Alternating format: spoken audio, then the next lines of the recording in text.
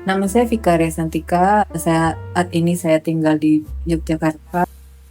Saya berasal dari Sumatera Barat sekitar tahun 2010 untuk melanjutkan kuliah di Pascasarjana ISI Yogyakarta. Kalau saya tidak salah itu di pameran pada tahun 2017. Saat itu pameran kelompok di Yogyakarta.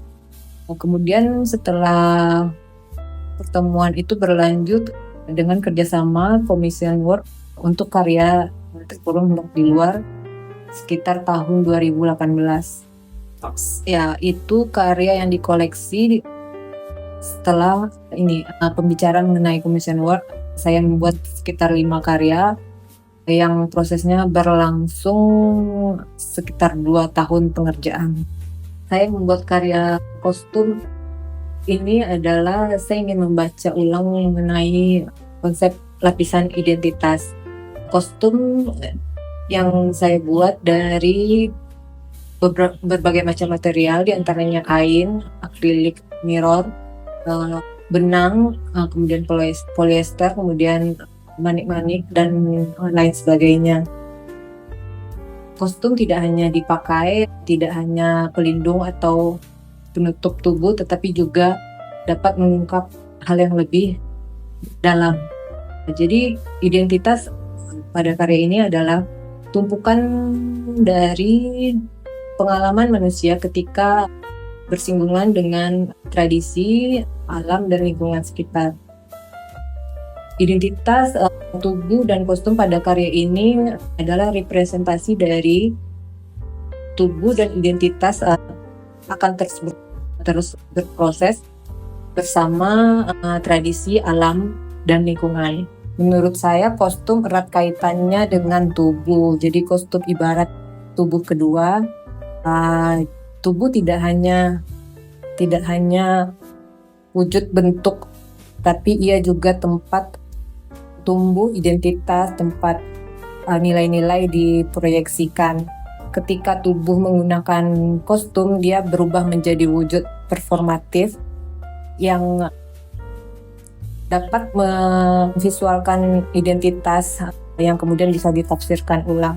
Jadi karya ini berada di wilayah seni rupa, perform, dan eksplorasi tubuh. Reflektif pada karya ini cukup penting.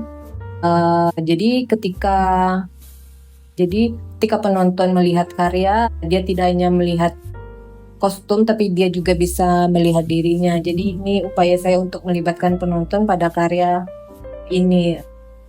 Material kaca atau mirror pada karya ini adalah penggambaran dari isi pribadi dan lapisan di luar itu lapisan sosial. Tulisan pada karya, jadi ada 2 karya kostum yang berwarna hitam yang saya buat menggunakan kain polyester transparan yang kemudian saya tumpuk-tumpuk dengan tulisan benang di atasnya. Saya menggunakan perumpamaan dalam bahasa Minangkabau yang mengenai perempuan yang saya jahit pada karya tersebut, pada lapisan-lapisan karya, dan ada tulisan yang terlihat dan tersembunyi. Ini ibaratnya seperti identitas, ada yang sebagian terlihat dan sebagian yang tidak terlihat.